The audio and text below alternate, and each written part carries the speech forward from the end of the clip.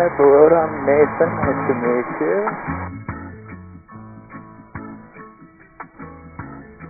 Get everybody else all buckled up and we're ready to head out on our adventure.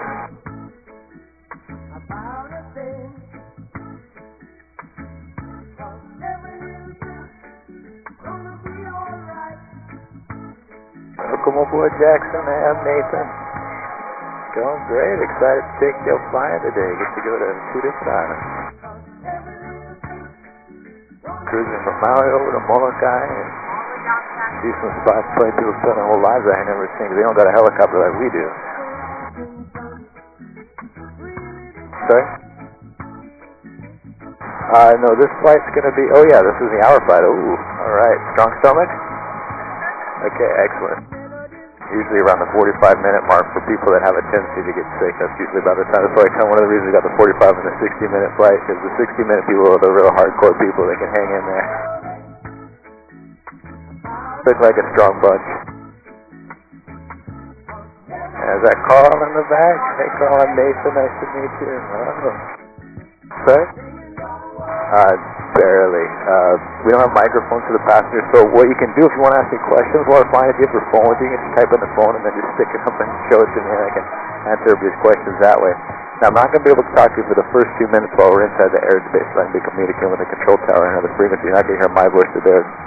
Just the first 2 minutes, but a couple minutes after takeoff, I'll be able to rejoin you on the intercom for the rest of the flight. And for everybody, too, like I said, if you have any questions for me while we're up there flying and I'm back on the frequency with you, you can just type it into your phone and just show me your phone. I can read that way for everybody.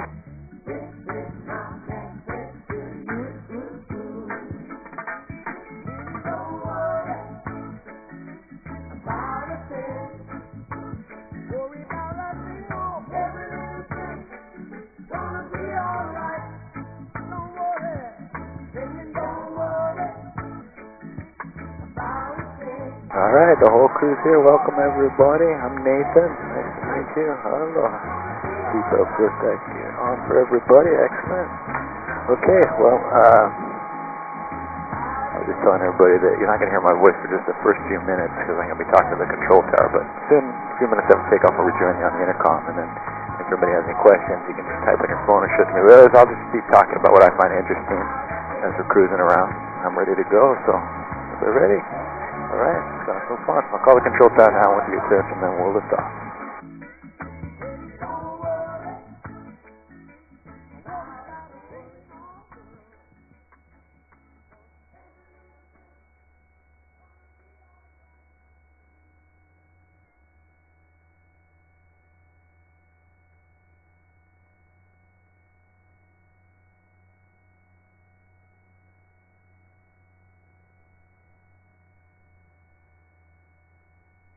My tower here is 5 from hat, ready for northwest departure.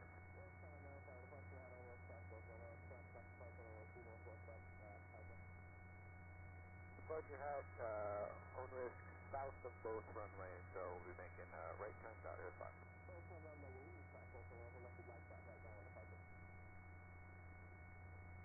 Oh, okay, we'll, sorry, is it okay to cross the runway there at 5? Stop.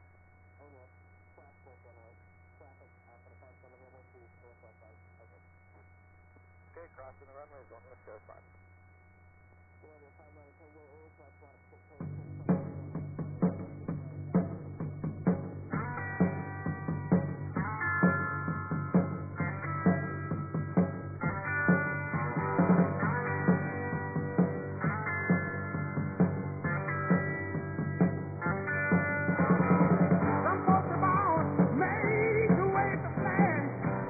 Red, white, and blue. And when the band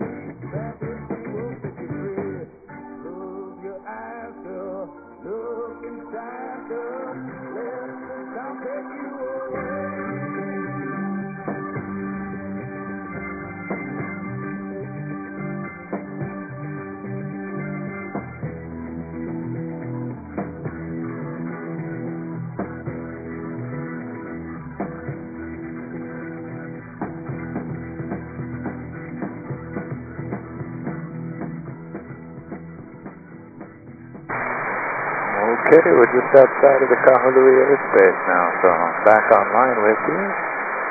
How's everybody feeling so far? We're doing okay, great. Thumbs up, smiles up, shockers, love to see that. You can already see our neighbor island out there. 8 miles between Maui and Molokai where we're headed to, and we're flying at over 100 miles an hour, so we'll be over there in just a few minutes. Flying along some cliffs right now. Back in the 1700s, the king of Maui used to come out here to dive off of these cliffs before bringing his soldiers into battle, trying to inspire them with his bravery and loyalty. Eventually, the legends of King Kahului became the inspiration for the sport cliff diving. Now, the highest award you can achieve in the sport is the King Kahului Trophy.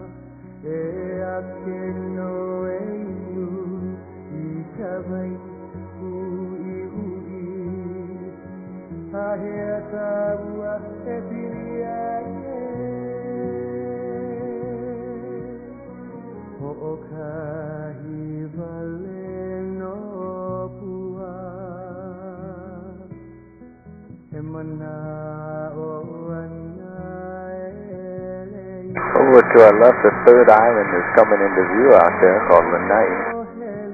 Lanai's got the nickname of the Pineapple Island because the whole thing is covered in pineapples from the Dole Company. Eventually they sold off their land, so no more pineapples over there anymore, but the nickname stuck.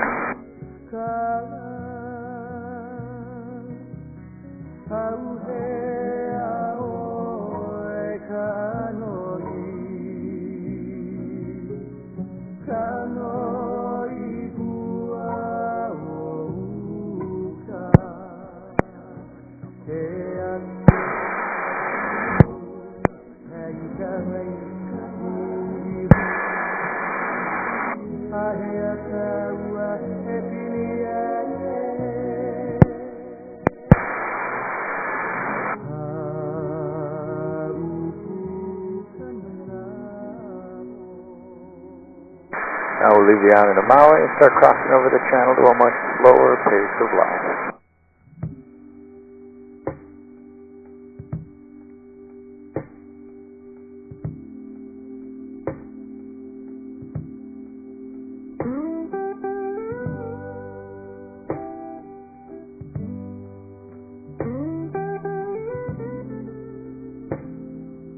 Over on Molokai, the population's only around 7,000 people, same as it's been for decades.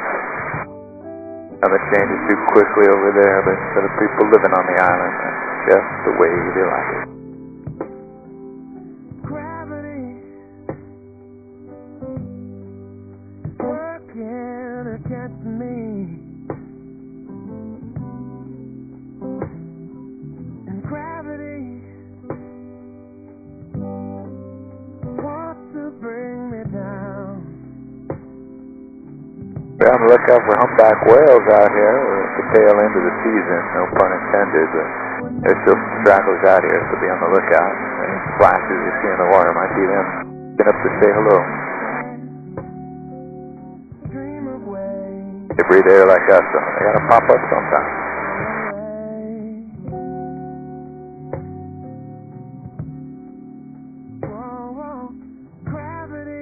Straight ahead of us is a tiny island before Molokai. It's a popular destination. Scuba divers like going over there because there's so many hammerhead sharks swarming around that little island. But Sharks don't bother the divers at all. They're just cool to look at in the water. To bring me down. Oh, twice as much ain't twice as good, and can't sustain like one half could. It's wanting more. It's gonna send me to my knees.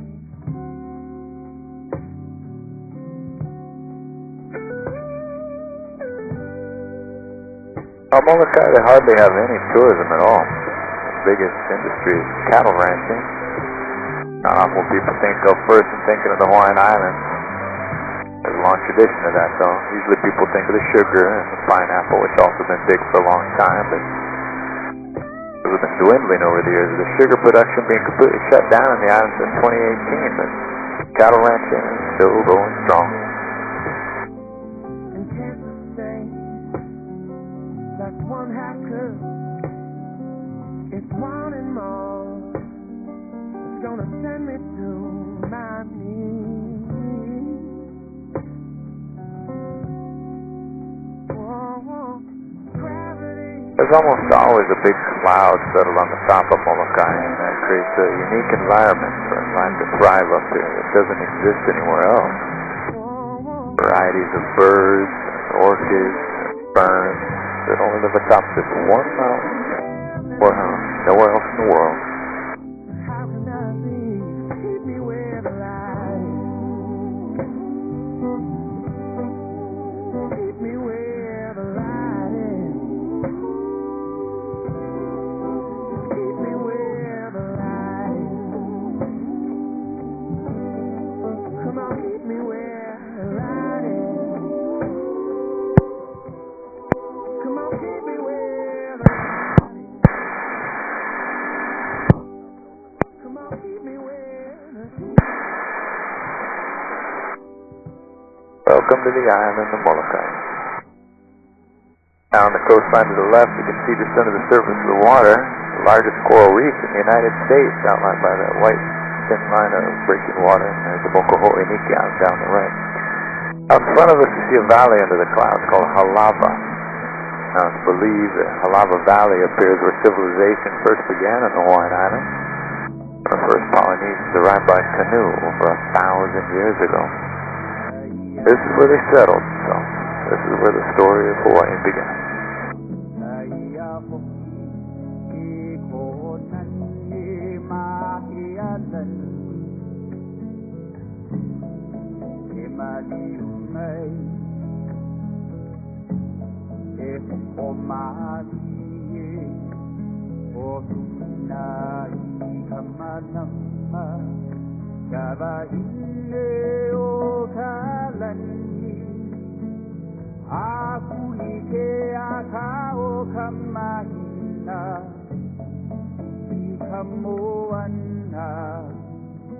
Still to this day, there are some people living out here in the valley towards the shoreline side. But we're going to head over to the back of the valley because we're here to see the waterfalls.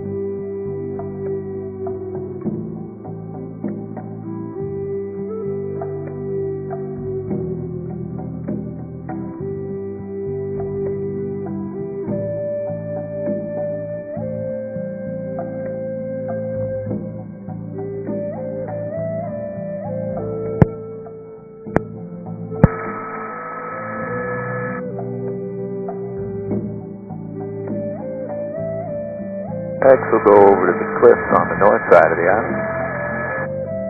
Sea cliffs that just happen to be the tallest in the whole world.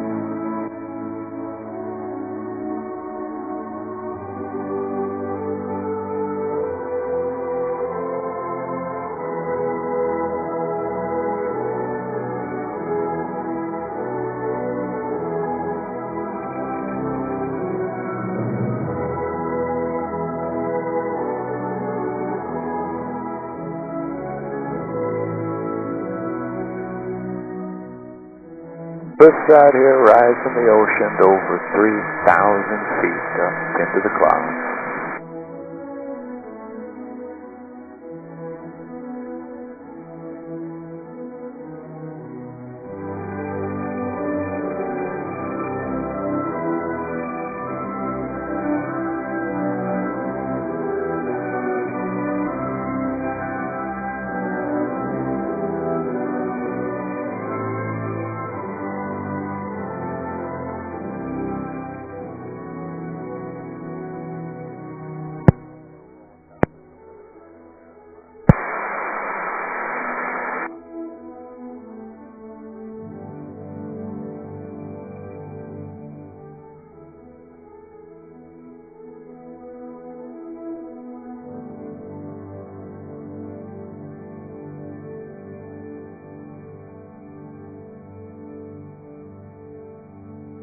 Well, it's a remote line down here. Around the corner to our left in this valley called Wailau, there are people hunting and farming with no roads, no electricity, no running water. Valley walls are so steep, the only way in here is by boat.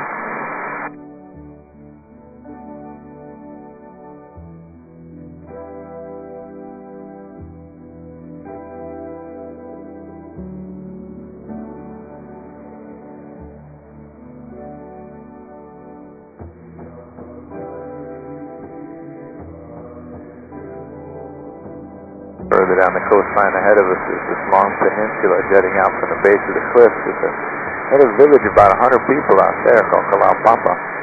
And over there they do have roads and electricity and running water, but they're still separated from the rest of the world by these cliffs. The only way in and out of that village is by airplane.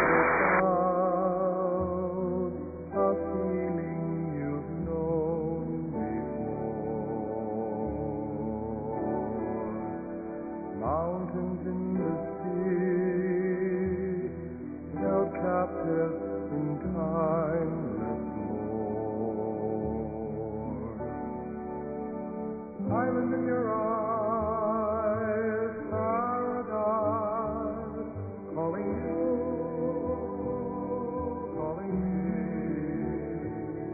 away. Now, for some people, these communities aren't even remote enough. They like to have their house built right on the edges of the cliffs away from everybody. Exactly what Auntie Joyce did with her family. You can see her house just around the corner here down the left.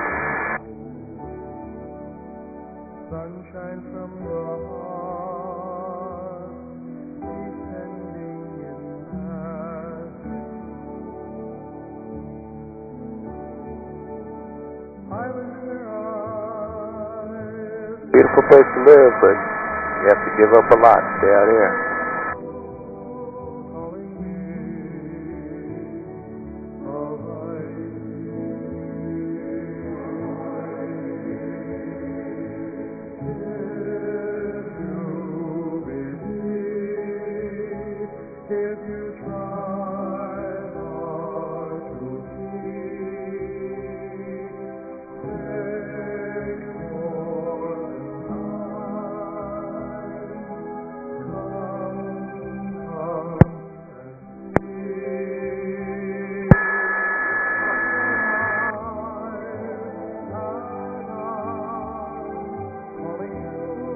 Look carefully. You can see out here at the tip of the peninsula, the lighthouse. This is where the runway is for the tiny little airport, just enough for the little 10-seater planes to come in and out. Straight ahead of us, between the two island rocks, is the church of the village of Kalaupapa, right on the edges of the cliff.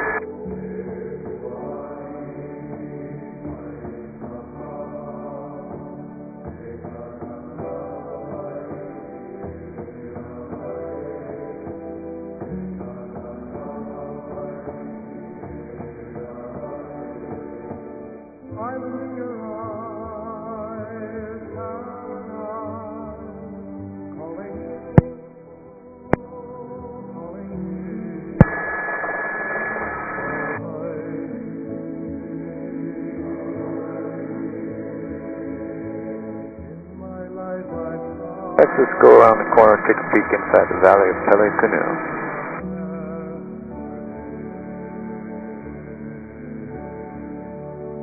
Things that truly are can never be far away.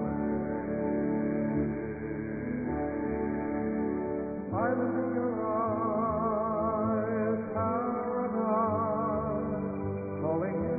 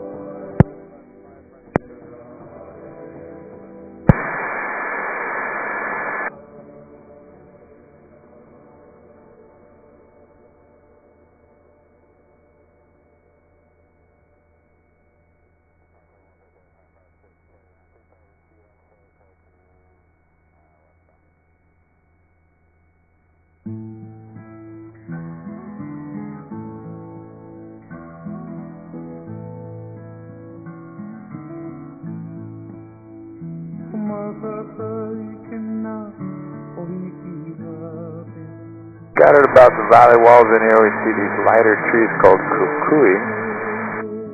If you've ever seen anyone wearing those lei necklaces made of nuts, they come from the kukui trees. Traditionally, the shells of these kukui nuts used for making tattooing. Inside the valley, we can feel the up and down movement, the swirling wind out here. No danger to us. Just a little extra fun for you. No extra cost.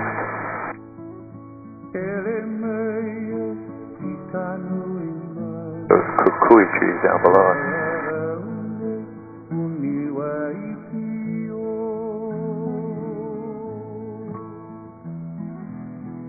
As we turn, we can see across the valley to a waterfall in front of us, which is emanating directly from the side of the mountain. These hills are filled with aquifers that can leak out as these cold springs. Great waterfalls seemingly coming out of nowhere.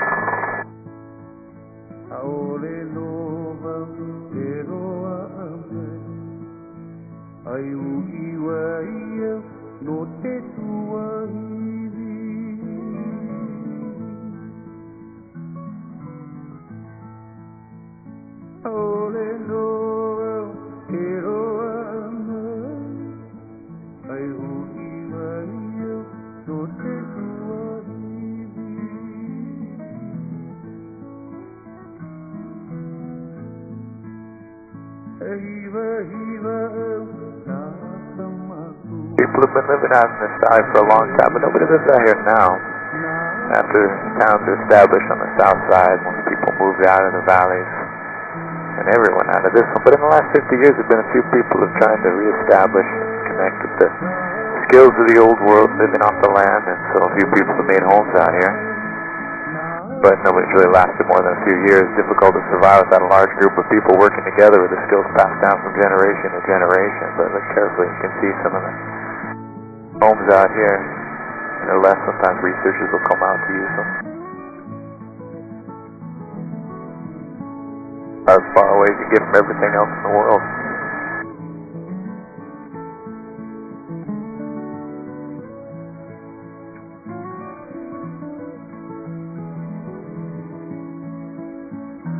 All Hawaiian islands are formed out of volcanoes. There's no exception here with Molokai. Are essentially inside or remains of one of those volcanoes. It's easy to lose sight of that fact as we spend our daily lives in town, forgetting that we are all living on top of volcanoes, but coming out to places like this really seems to bring it all back into perspective.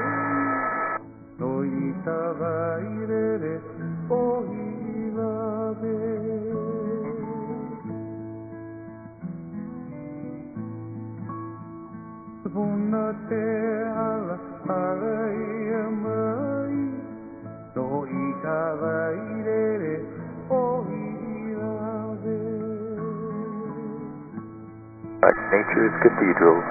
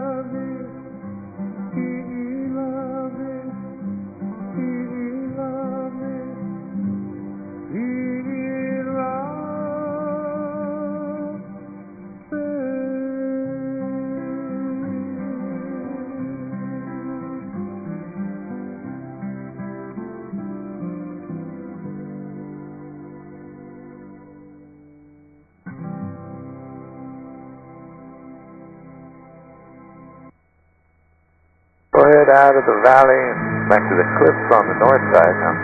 The cliffs didn't always used to be a part of the landscape.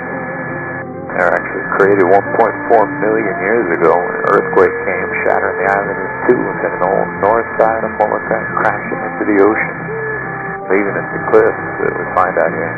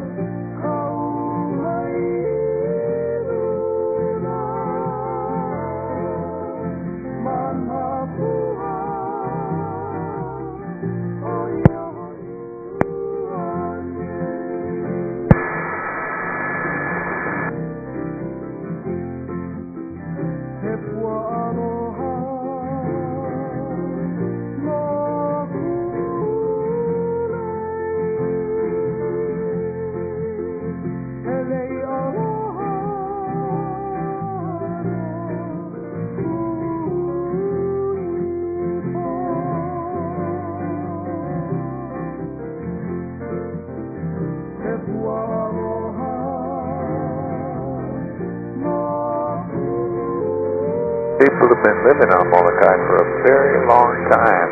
Sometimes you can find reminders of those older societies. A little further up ahead, I'll point out what remains of what's called a heiau, which is a Hawaiian altar. It's a place of worship made of stone set in the ground centuries ago in lines and patterns. I'll point that out a little further up ahead.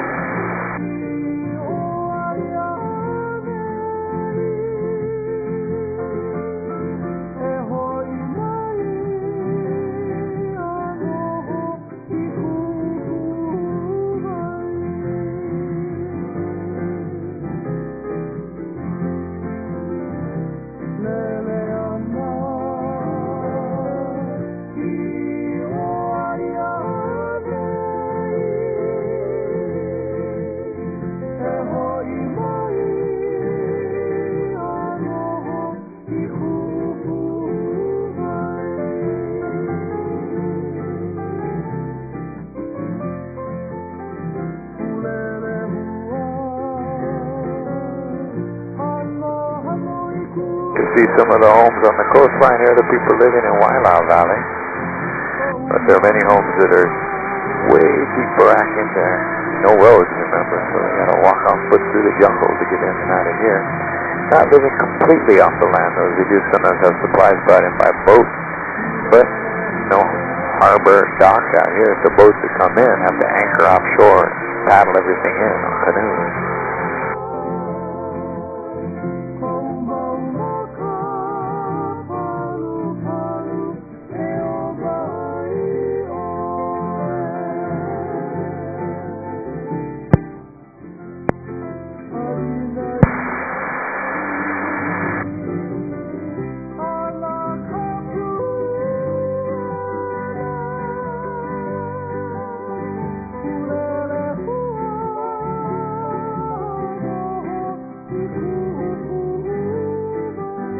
Also on the lookout for wild goats. You can sometimes find grazing on the sides of the cliffs out here. It's difficult to spot those. They can really blend in with the rocky background. I think I see some right up here.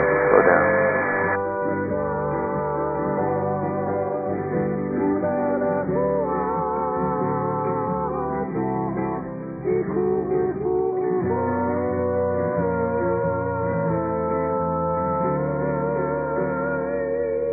Now take a look below on our left side at the rocky shoreline. You should start to be able to see the lines and patterns of the stone set here centuries ago at this old site of Hawaiian worship called the Heiau. Passing the Heiau, then veer around the corner to the right for a closer look at the waterfalls of Papalaua.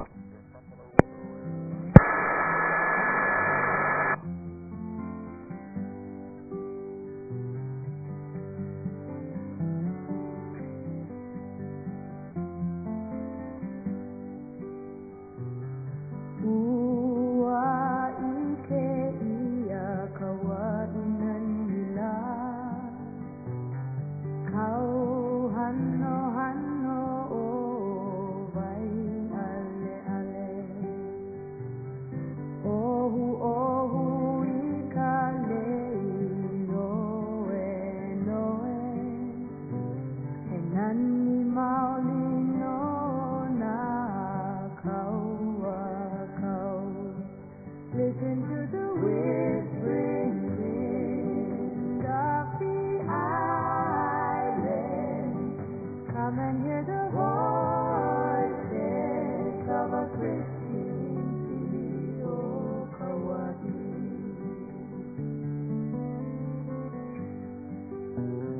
Kaulana iko nani la.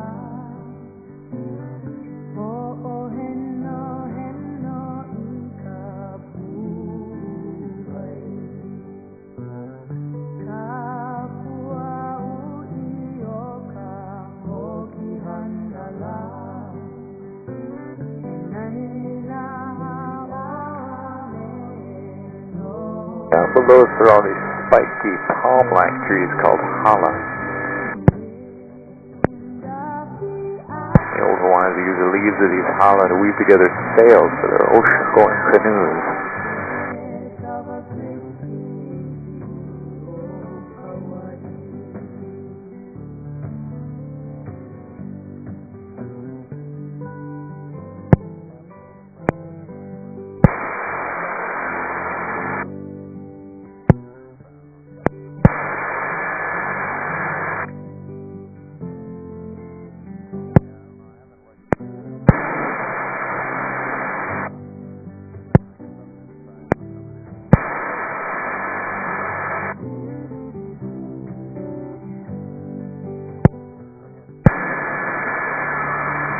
Goats down there. The goats will use these horizontal lines you see in the cliffs like steps, clambering up and down looking for good spots for grazing. The lines are created by each eruption. Each lava flow piled upon the previous one to grow the island over time. It's similar to looking at the cross-section of a tree. You can see its lines of growth through the years.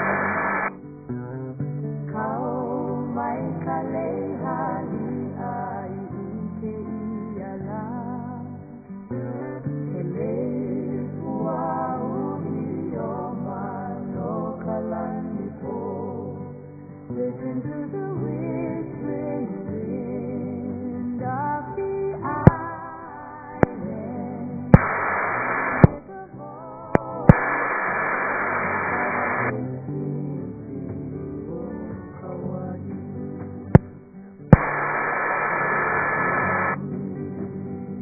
the corner, we'll pass by the shoreline side of that valley of Malala.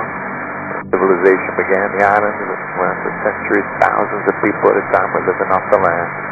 They were able to maintain that traditional lifestyle all the way into the mid-20th century. We pass by Alava Valley on our right. Now the distance ahead of us, start to the bases of two volcanoes that long ago merged together to form the island of Maui out in the distance.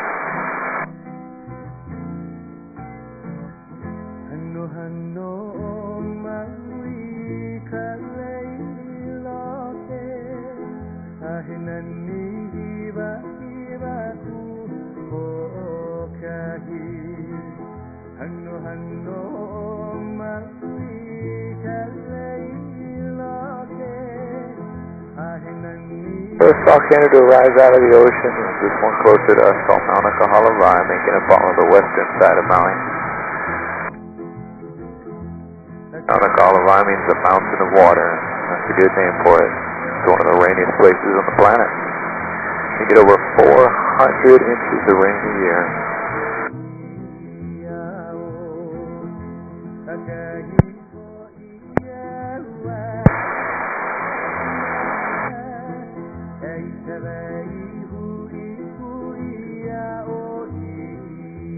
As we leave the shoreline of Molokai, we'll be flying over very shallow water out here. Going over to Maui, we departed on the north side, and we'll return on the south side of Maui for some different views. Just a few hundred feet in between these islands. That's very different from the open ocean. If we were to fly just a few miles to our left away from the islands, it gets quickly over 10,000 feet deep, so this is really a unique spot to be right out here in the middle of the Pacific and have such shallow water. It's one of the reasons that the humpback whales travel from so far away to come out here every year, using the shallow water like a nursery and giving birth to their calves, raising them until they're old enough to make the journey together as a family. Back across the ocean, thousands of miles, to do it again the next year.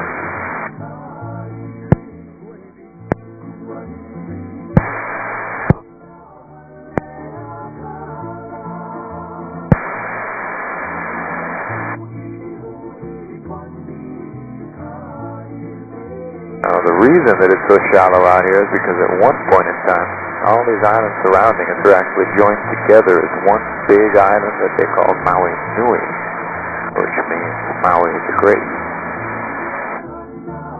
All these islands surrounding us out here, Molokai, Lanai, Maui, Molotini, Kaho'olawe, we're all connected as one because until about 20,000 years ago, the ocean level was lower, so that exposed the seabed between them, connecting the islands. These are the ones we can see, but some are too far apart in the Hawaiian chain, like the Big Island, down in Hawaii. That one's 26 miles past Maui on the other side of it, so that one was just too far. Always its own separate island. There's a story from back in the 1500s describing the time when the Big Island came over to invade Maui, and they had to cross the channel in order to attack. They say, though, that they had so many canoes in their fleet, they didn't even have to paddle to get across the water, and they just lined up the boats. Had the warriors walk from one island to the next over the canoes. That's what they say. Well, behind us past Molokai, the next island over is Oahu, and it's the same distance, 26 miles. Same as the distance between Maui and the Big Island. Every year they hold a canoe race where people really will paddle by canoe all the way from Molokai over to Honolulu. It's obviously all crazy people. My wife was one of them for about 6 years in a row. It's not my idea of a good time, but she seemed to enjoy herself, although she'd be pretty tired by the end of those days. It took her about 6 hours to get across. It was always really cool to see all those canoes coming across the ocean from a helicopter every year. As long as I didn't have to do it.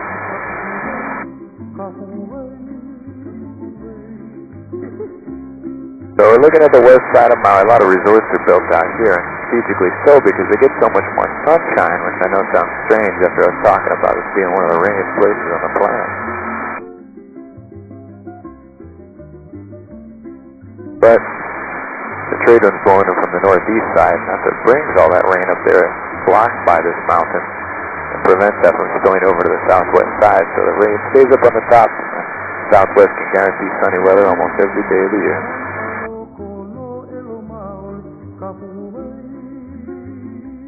The golf course up here in front of us used to be covered with pineapples. This whole area was. It was a big industry for a long time. But like I said, the pineapple industry has been dwindling.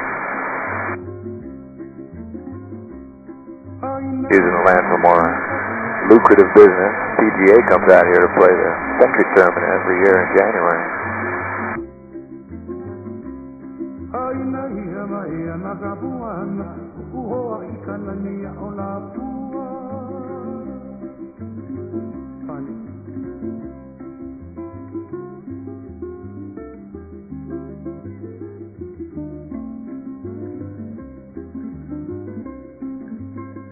If you got very good eyesight, you might be able to see a fourth island that's coming into view out there at the horizon called Kaho'olawe, which is an uninhabited island, at least now.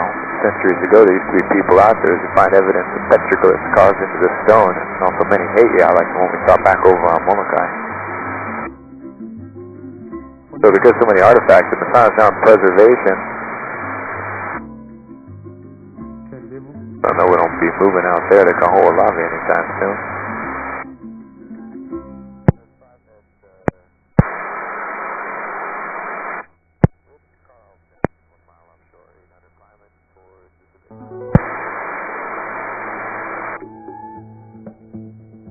One of 3 airports on Maui up here. This is the runway. Kapalua Airport. Not much infrastructure out there, but big enough to accommodate some of the jets that are coming directly from mainland.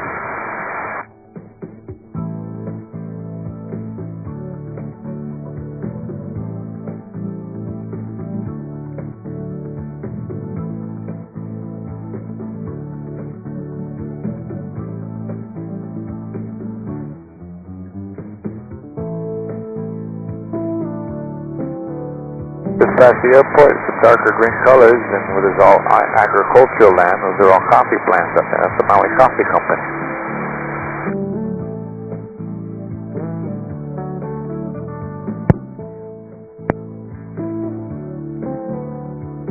And in front of us, this long sandy beach, interrupted in the middle with this outcropping of black lava rocks, seemingly coming out of nowhere. Old Hawaiians believe this to be a sacred site, making it as a gateway to the spirit world. I remember I talked about that cliff-jumping king from back in the 1700s. Well, when King Kahekili was diving off of cliffs, he would also challenge the soldiers to do the same, and if they accepted, he'd take them over here to the lower cliffs at Black Rock and teach them to dive. Every evening, in honor of him, they hold a ceremony where someone will dive off the cliffs in memory of King Kahekili.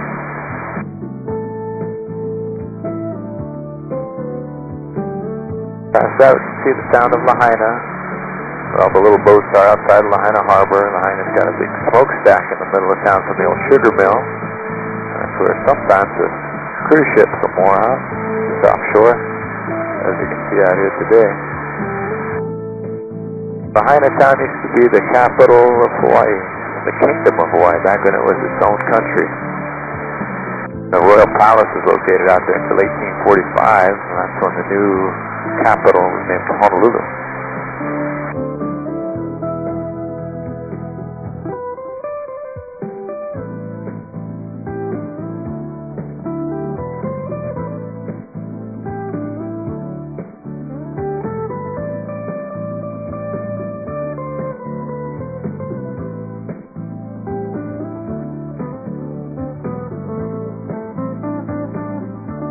Now cross onshore, head up towards the mountains.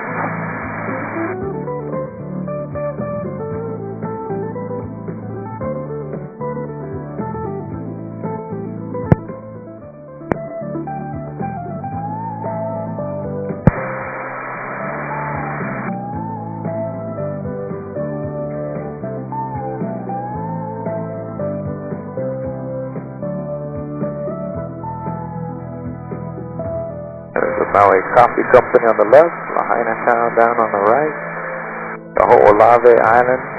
We're going to head up towards the mountains. We can see all these divisions of valleys carved out over hundreds of thousands of years of water erosion.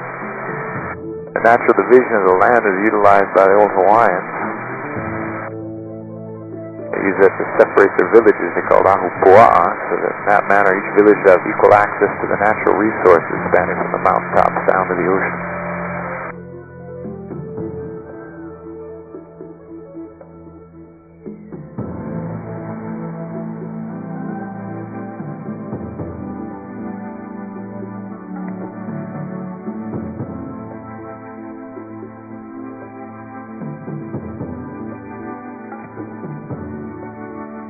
Up ahead we can see some charred trees from when there was a forest fire last year that burned for about a week straight before it was finally extinguished by both the rain and by the help of the fire department's helicopters that carry giant buckets from the ocean up to put it out. The red colors in the ground are not from the fire, but naturally formed from the iron oxide present in the lava rock. The question is, ask the pilot, that's me, how high we are. That must be somebody else's phone. So right now we're flying just over 2,000 feet above sea level. So that'll be shrinking as we climb up closer to the mountain. But 2,000 feet above the ocean, a little bit more than that.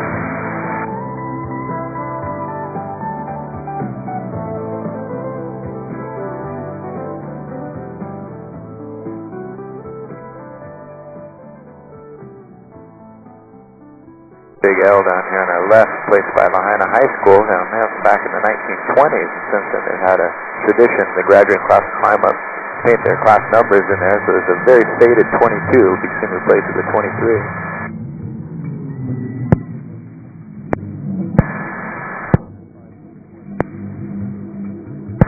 Most of these valleys end in a back wall, but some of them continue into the center of the volcano. There's one up here called Launiopolco, and looks like the clouds are high enough we'll be able to enter into the middle.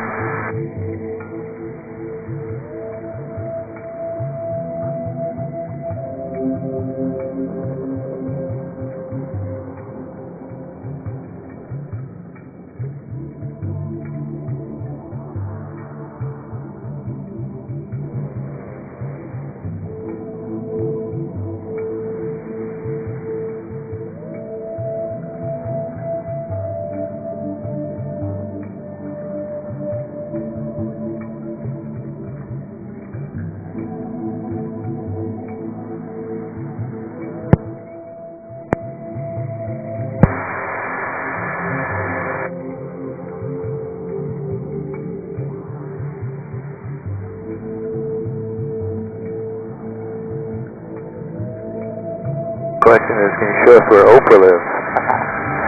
Hello. Yeah, I think I will be able to actually. Not on this side of the mountain, but once we get through to the other side, I'll point it out. Oprah's house is kind of easy to find because she's the only person that has a private highway straight to the beach. She lives up on the Haleakala slope, and up there's no direct access to the beach. People that live up there, if they want to get down to the Kihei area, which is the closest beach to them, they have to drive up to the North Shore and then turn around and come all the way back across the whole island to get down, but not Oprah. I don't blame her at all. If I was a billionaire, that's probably the first thing I would do too, is buy my own highway to the beach. Now you can see that from pretty far away. I'll point that out a little later. Welcome to the center of the Mauna Kahala volcano, making up all of western Maui.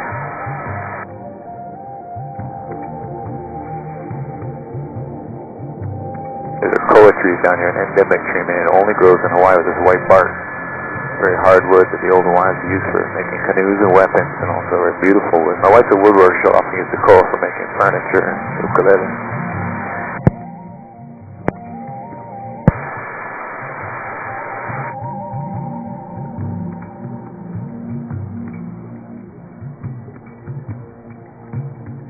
Oprah's not the only billionaire on the island either. Jeff Bezos moved out here a little while ago, so it's kind of a newcomer. Doesn't have his own private highway yet, but he lives down slope for Oprah.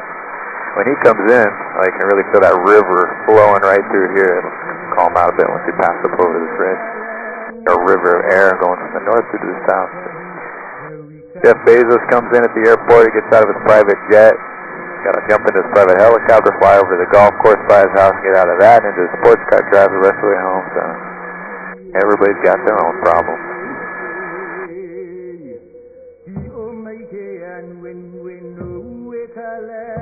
We'll fly out of the Ukumehame Valley, around the corner, lots of wind turbines spinning out there, helping to create a little bit of electricity for us. All the strong wind you can definitely feel out here today.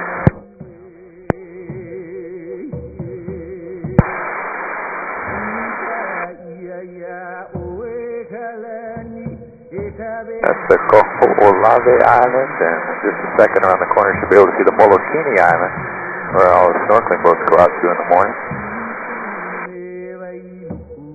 Right there is Molokai.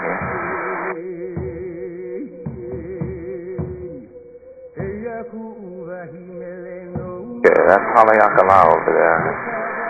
Look for a white road. There it is right there. That's open private highway, that line is road right there. Going straight up to your house right into the clouds.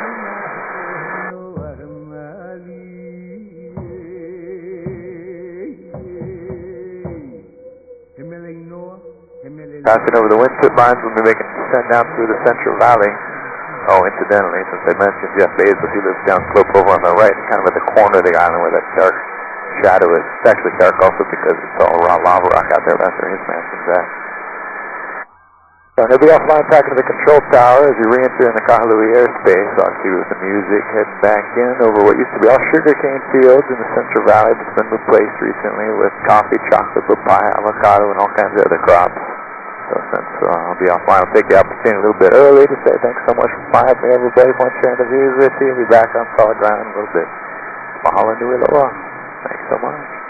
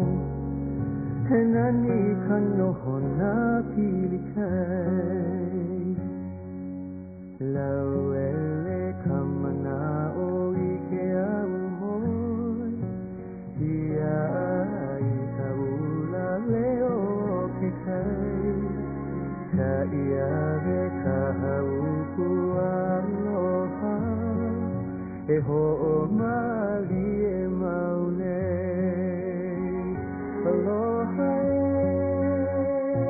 aloha no.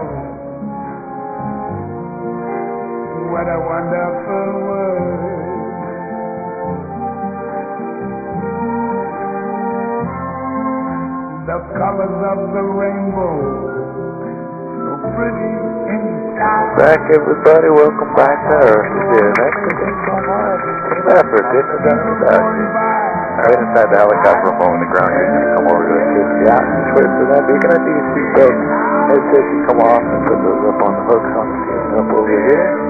All the ground crew inside. Watch your step. Join us today.